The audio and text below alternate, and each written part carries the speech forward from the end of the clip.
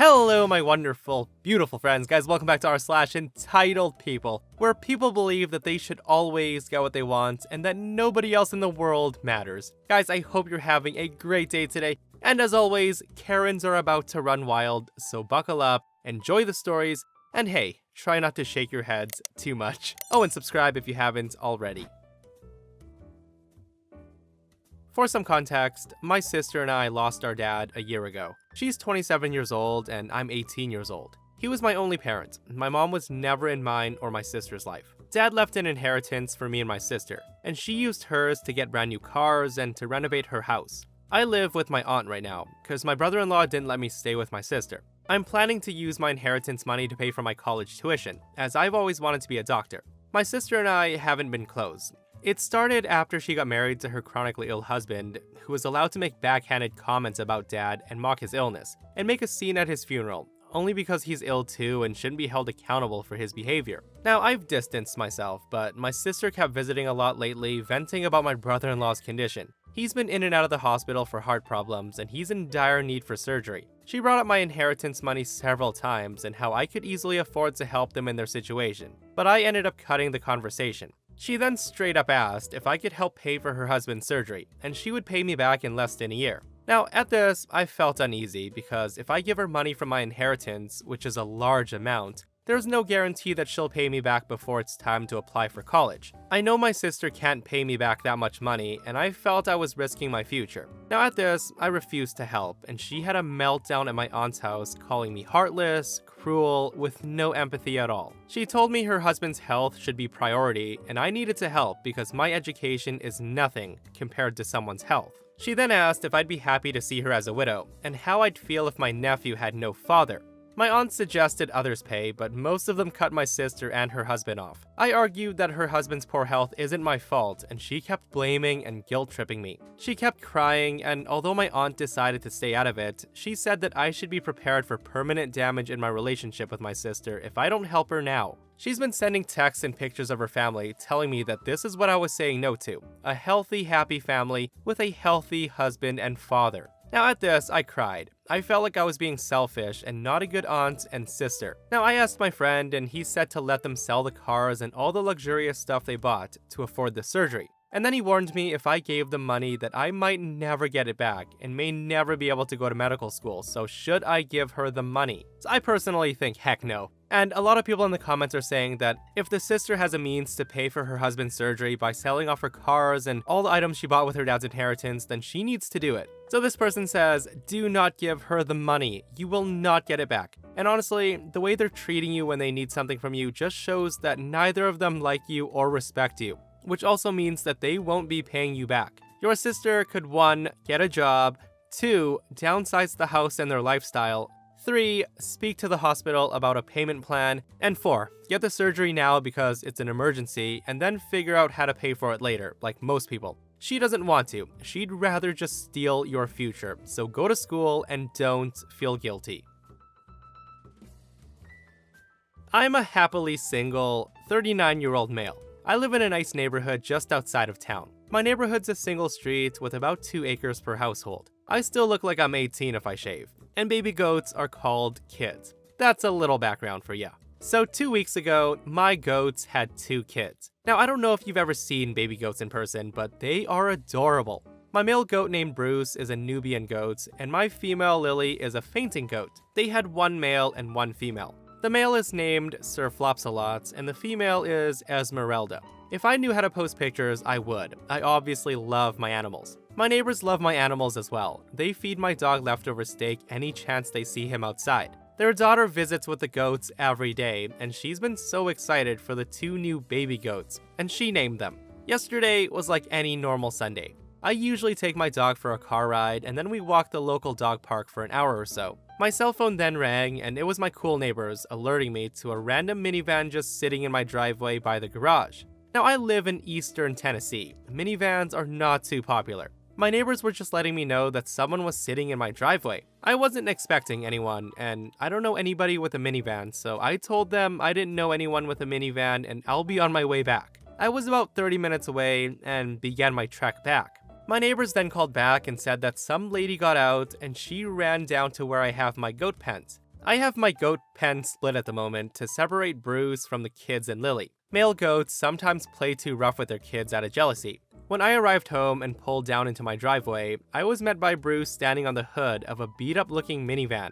There was also the sheriff and some police from town, and they were in my upper driveway parking area talking with some lady. I parked in my driveway behind the minivan, and I asked Bruce what he was doing out. Now obviously he didn't answer, but the woman came running over screaming at me that she was gonna sue me and my parents and I needed to get them here right away. The sheriff and police officers were right on her heels and they caught her before she made it to me. Now this might not be verbatim, but this is what I recall. The Karen shouts at me saying, "You are in so much trouble. That stupid goat attacked me, and then it destroyed my minivan. Get your parents here right now." At this, I say to her, ma'am, what the heck are you doing on my property? The sheriff looks at me and asks, "Sir, is that your goat?" I say, "Yes, that's Bruce." The sheriff then says to me, "So this lady claims it attacked her in her car when she pulled up into your driveway to turn around." At this point, my neighbors came out when they heard the commotion, and my neighbor said, "She didn't pull in to turn around. She parked her car and she went down to the goat pen. We have it on video." The sheriff says, "I will need to see that video." I then say to the sheriff, if she did go down to the pen, I'll also have it on video as well, as we do have cameras. At this, the lady was sweating, and she starts to back up like she was gonna make a break for it. She backs up right into the deputy. The look in her face was of absolute horror. The sheriff asked if I could put my goat away, and I told him, "No problem. Give me a few minutes and I'll get the video recording from the pen while I'm down there." So I put Bruce away, and I noticed that he had destroyed the fencing right by the gate to his side. I also noticed that the gate to the kid's side was unchained, and Esmeralda was missing. I then grabbed the SD card, ran up the hill screaming that I'm missing a baby goat. I screamed at the lady, "Where's my baby goat?" The sheriff says, "Ma'am, if you know, now's the time to tell." Karen says, "I don't know what you're talking about. Look at my van, it's ruined. I'll need an ambulance after what that goat did to me." It was at this point Bruce got out again, and he comes charging back up the hill and climbed back on the hood of the van, screaming his head off. It then dawned on me that maybe she put Esmeralda in her van, but the police officers were quicker. The deputy then said to her, "Ma'am, you're gonna have to let us look in the vehicle, and sir, control your goat." I told him I'll try, but his fencing looks like he beat it all up in anger. I then put my dog's harness on him and clipped him to the dog run. The lady kept giving excuses why she wouldn't open her van and that they have no right to search her vehicle, blah blah blah. But we all knew the real reason. So she finally relented and she opened her van and the stench just rolled out of it. She screams, "Oh my god, what's that smell?" I told her, "That's a scared baby goat. You're lucky the cops are here." She says, "Your goats ruined my new van. You're gonna be hearing from my lawyer. I'm suing you." At that point, the sheriff says to her, "You'll get to speak to him after we get you back to the station." The officer then took out his handcuffs and I took Esmeralda back and checked to see if she was hurt, but she wasn't. She was just scared. My neighbor's daughter then carried her back down to the pen, and I grabbed another panel to fix where Bruce broke out. The deputy then took the crazy lady away. The sheriff and my cool neighbors came to watch the security footage. Apparently she snagged Esmeralda, and she was coming back for Sir Flops a lot when Bruce broke out. You can see her turn around and start waddling up the hill, and Bruce just charging right for her. She got nailed right in the hips. He then got her again in the shoulder as she got up. She then shoved Bruce down and tried to get into her van, but Bruce rammed her driver's side door. He then jumped and climbed on her hood, and he was tap dancing his anger out. We replayed her getting nailed in the hip many times. The sheriff was laughing, and we were all laughing. Guys, I love this story so much. Serves her right for trying to steal OP's animals, right? I'd love to see the footage of the woman getting rammed by the goat though. It sounds freaking hilarious. And she's lucky it's only a baby goat though. If Karen was trying to steal baby bear cubs, she might have been a goner that day. So OP does post a picture of Bruce right here and his little kids. So friggin' adorable. Okay, so this happened a little bit ago, and I can't stop thinking about it, and I thought it'd be fun to share. A little bit of backstory. I recently moved into a new house in a small town, the kind where everybody knows everyone. I moved to this town from a bigger city, so it was a bit of an adjustment, but I liked the quiet, and it was closer to my new job, which was a plus. My new job was at a daycare, which is important for later. that opened at 6 a.m. in the morning. I requested the opening shift, so I'd get off at 2 p.m. and still have some free time in the afternoons. Now, when I moved into the neighborhood, a few of the neighbors stopped by to welcome me, and they gave me plates of cookies, casseroles, etc. One woman, our Karen, and her family came by to say hello, and they asked me where I worked. I told them I was a daycare worker. And with that, Karen says, "Oh, really? Well, I've been looking for somewhere to have my baby boy stay when I'm at work over the summer. What ages do you watch?" I tell her 5 to 6-year-olds. Karen says, "That's perfect." Now she says this with a smile. I told her, yeah, I'd be so happy to have him in my class if you ever decided to enroll him. Now this was the seed that would sprout into a giant tree of crazy. Now on with the show. So it was a typical morning for me, up at the butt crack of dawn and out the door at 5:45 to get to work by 6. It was a pretty uneventful day, nothing major happening, so by the time 2 p.m. rolled around and the day had flown by, I came home to find that this was not the case for everyone today. I arrived home to find a police car and the Karen with her 5-year-old son just talking to police on my porch. I was confused, as there was no reason for her to be there and no one tried to contact me about anything happening at my house. I park, get out of my car, and start walking to the house, and I called out, "Hey, what's going on?" Now at this, the woman stopped talking to the police. She then starts screaming upon seeing me. She completely exploded. She screams at me saying, "How dare you leave my son outside all day? He could have been kidnapped." She continued on like that as the 2 officers approached me. Officer 1 says, "Excuse me, miss, but did you leave this boy outside while you were gone?" I told him, "No, I left for work early this morning. I'm just now getting home. I've been at work all day." At this point, I look over to the Karen and her son. The son was filthy. He looked like he'd been playing in the dirt, his knee was scratched, but not bloody. He was holding an open backpack that contained a coloring book and crayons based on what was laying all over my porch. The officers looked stunned a bit, and then they looked at each other. They then asked me to follow them, and we make our way up to the front porch. Karen says, "Aren't you going to arrest her? She endangered my son. What kind of babysitter are you?" I said, "Babysitter? Yes, you're a babysitter. You told me you were when I stopped by before. Well, some babysitter you are. Look what you did to my son. You said you'd be happy to watch him." Now at this, I finally understand what's going on and said, "Oh, no, you misunderstood me. I work at a daycare a few minutes away. I don't run a daycare out of my house. I said I'd be happy to have him in the class at my daycare." The officer then looks at me and says, "Can you prove that you were at this daycare today?" I tell him I can. I then pull out my phone, called the center, and the police officer then talked to my boss for a few minutes before handing me back my phone. Officer 2 says, "Ma'am, was this woman here when you dropped your son off?" Karen screams, "She was! I saw her through the window." Officer 1 says, "Ma'am, her boss just confirmed that she was at work." Karen cuts him off and says, "She's lying. I bet she called her friend to cover for her. I bet you don't even have a job. That's why you have to run a babysitting service out of your crappy house." I told her I just got back from work. There weren't even any cars in the driveway. Karen says, "Listen, you were supposed to watch him. You said you would watch him, and you never even opened the door for him to come inside. He's hungry and thirsty, and look at him. He's covered in dirt. I should sue you." Again, I say to her, "Weren't you listening? I'm not a babysitter. I work at a daycare. I said I would be happy to watch him if you enrolled him there." Karen calls me a liar again. The officer asked her, "Ma'am, did this woman speak to you this morning about watching your son?" I said to him, "No, like I said, I was at work by 6 o'clock. So have you 2 ever set up a time for you to watch her son?" I say to him, "No, this is my second conversation with her. The first was me explaining where I work. I guess she got confused." Karen screams, "You are such a liar. I'm gonna tell everyone and have you fired. Good luck keeping your house when you're unemployed." "Okay, for the last time, lady, I'm not a babysitter." The officer then says, "Ma'am, so you left your child here without any confirmation that anyone was even home." Karen says, "So? She's a babysitter. She's supposed to watch him."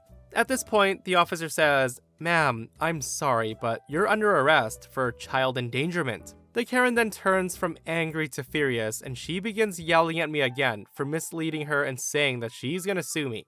Now, it's been a few weeks now. The mom was let go for whatever reason, and the little boy now goes to the daycare I work at now.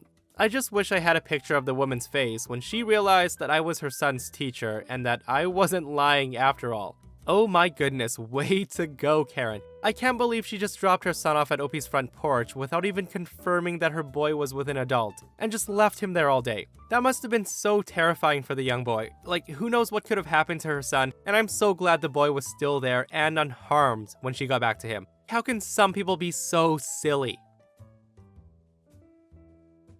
This story happened roughly 3 years ago. I'm a full-time family caregiver, and my mom's fully disabled. As such, we make very little money, but once a month we buy fast food to feed that craving that everybody has. On this particular month, I bought a pizza from Pizza Hut. Now, I had received a free medium pizza coupon and we decided to use it. And this means I had 2 medium pizzas, one for me and one for my mom. Pizza Hut was literally across the street, so I walked over to pick up the order. I didn't even make it out of the parking lot before this kid who is maybe 15 or 17 years old asked me if he can get a slice. Now at this, I do look at him. I look him up and down, and once I make the assessment that his clothes cost more money than I can spend on food in a month, I say no. Simple. I continue walking away, but my gut's telling me that this guy won't let it rest, and I was right. I take 2 more steps, and he tries running up on me. What he didn't know was that I was ready. I hop onto the sidewalk leading to another business and park myself near the front door. The entire front of this building is made of windows. He stops short, irritated, and he tells me that I have to give him 2 slices because I made him chase me. Again, I tell him that that's not gonna happen. If he's hungry, he's gotta buy his own or go home to eat. He then tells me that he shouldn't have to, that when he's hungry and sees what he wants, it's up to others to get it for him. I swear to Jesus, I couldn't believe my ears. At this point, I tell him to leave me alone or I'd be forced to protect myself, and at that he laughs. He then just paces back and forth like a caged animal and says that I should stop wasting both of our time by now giving him an entire pizza. At this point, I had enough. Being a small female, I never leave the house without pepper spray and a small 4-inch pocket knife. Obviously, I can't reach the blade, but under the boxes of pizza in my hand is my unlocked pepper spray. I take 1 step. That's it. Just one. And this kid lunges for my boxes, so I pepper spray him. And bullseye. The kid starts screaming. His hands are covering and wiping at his face, and he's calling me every name under the sun. He starts shouting that I attacked him. Gratefully, the woman inside the cash loan place that I'd been standing in front of saw the whole ordeal and finally came out to assist me. Needless to say, he did not get my pizza. See, this is what an entitled attitude gets you. Pepper sprayed. I want to know where OP lives, where rich entitled brats think it's okay to steal food from people. Now apparently pizza thievery is more common than I thought. This person says, "This reminds me of an incident that happened last year. I was house sitting for my brother who was on holiday. I bought some pizzas one late afternoon for dinner from Domino's. I was walking home after picking them up, and some young bogan and his friend riding on bikes chose to harass me on my trip home. The bugger kept asking me to give him my pizzas. I had to walk past my brother's house as I felt it wouldn't be safe to attempt to enter the house with them following me, as well as letting them know where I was staying. I ended up walking for a good while, turning into multiple streets until they gave up. It took me over an hour to get home from what should have been a 10-minute walk. In the end, the pizzas were cold, and I spent the rest of the night in a foul mood." Let me set the stage. My dad got married to a new wife about 5 years ago. She has 3 daughters, the youngest of which is a 26-year-old that's slowly working on college and still living at home with mom and my dad. From what my dad says, she never helps do anything around the house, and she's a complete slob and has 3 insane dogs that are not well trained. I'm a 36-year-old, a father of 2. I have a 3-year-old son and a 2-week-old daughter. I live 5 hours away from my dad, and I visit him a couple of times a year. I never stay the night at his new house because I don't feel at home there. I've never been close to my stepfamily. At most, we make awkward small talk for the few hours a year that we do visit each other. I don't really have any animosity towards them either, we're just not close at all. A couple of days ago, I loaded my family into the car and we brought new baby girl down to visit Grandpa. At the very end of our visit, we're getting ready to leave, and stepmom and stepsister asked, "Oh, by the way, can stepsister come live with you for a month or 2 this summer? She has a class at a college near me, and they won't let dogs live on the campus with her." Now, I don't understand why it would be 1 month or 2, but it's indicative of how little information I got about this request. I found out the information about the dogs in school classes from my dad later. I just kinda laughed and said, "You don't want to live with a screaming 3-month-old this summer." To which my stepsister says, "For free I do." Now that was the wrong answer. I never said living with me would be free, or that I'd allow your 3 dogs to come. I let them know that it wouldn't work for us, sadly. Now I definitely do feel like an a-hole, but I also have boundaries. It's an awful place to be put in, especially with a toddler and a new baby. I would gladly put my family in my home if there was a crisis, but she's not hard up for cash and her parents both have money and she's got a good paying job. The only crisis here is that she's used to having a free room and board and doesn't want to pay for an apartment where they allow dogs, or figure something else out so she can stay on campus. There are plenty of apartment buildings that will allow month-to-month rent, and you don't need to come freeload off me. And I don't really need my wife who stays home with the kids all day to be a dog sitting service all summer either. See, I love how people assume that since you're family, you're obligated to do something and it's gotta be free. Good on OP for putting his foot down because that might have been a nightmarish 2 months. A slob who lives rent-free and has untrained dogs sounds terrible. And that, my friends, brings us to another end of our slash entitled people. Guys, we survived today's episode. If you enjoyed the stories, do remember to hit that thumbs up. And if you missed yesterday's episode on the channel, a super entitled Karen demands OP's babies because she can't have any. It's such a ridiculous story, so go check it out if you haven't. And myself and Stevie Boy will see you guys in the next one. We love you.